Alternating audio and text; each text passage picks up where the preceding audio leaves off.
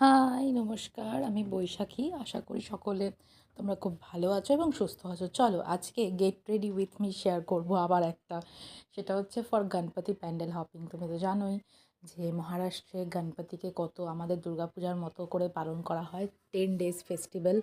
তো চলো আরে গণপতি ফেস্টিভ্যাল যেরকম রয়েছে, যেমন গণপতি প্যান্ডেল হপিং করব, ঠিক সেরকম যেন আমাদের অফিসেও কিন্তু পুজো হয়। তো অফিসের পুজো, তারপরে একটা দিন প্রোগ্রাম রাখা হয় খাওয়া দাওয়ার।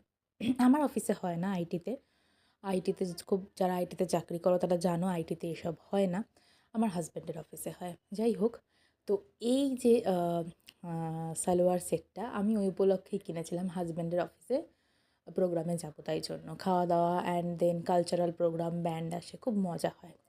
সো আমি তো জানোই আমি কোনো মেকআপ করি না, আমি একটা মিনিমাল লুক ক্রিয়েট করি। আমি আজকে বিবি ক্রিমও ইউজ করিনি, ইউজ করেছি সানস্ক্রিন আর একটু ফিটমি ফাউন্ডেশন, যেহেতু আমার সোয়েট হয়, সোয়েটটাকে বন্ধ করার জন্য। ওকে, আর লিপস্টিক আর টিপ ছাড়া তো লুক কখনো কমপ্লিটই হবে না। একটা বিন্দি বা বাংলায় যাকে টিপ বলি, সেই টিপটা কিন্তু তোমার লুকটা পুরো কমপ্লিট করবে। আর এইটা দেখছো নাকেরটা, এটা হচ্ছে মহারাষ্ট্রের ট্র্যাডিশন, ওকে মারাঠি ট্র্যাডিশনাল নথ বলে মনে হয় এটাকে। তো এটা আমি অনেক দিন আগে কিনেছিলাম একটা জুয়েলারি শপ থেকে। তো আজকে ভাবলাম এটা পরে ট্রাই করি কেমন লাগে, গণপতি বলে কথা। আর আজকের দিনে সবাই এসব পরে ঘুরতে পারে, কোনো অসুবিধা নেই। আর মঙ্গলসূত্র তো এখানকার ট্র্যাডিশন, তোমরা জানো।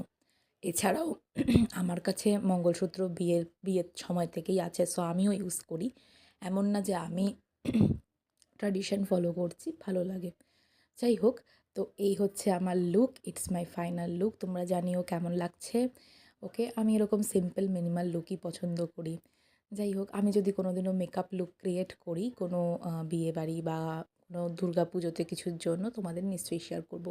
তোমরাও আমাকে জানিও আমার গেট রেডি উইথ মি তোমাদের কেমন লাগছে। আর এরকম একটা সিম্পল লুক ক্রিয়েট করেছি। Thank you, thanks for watching.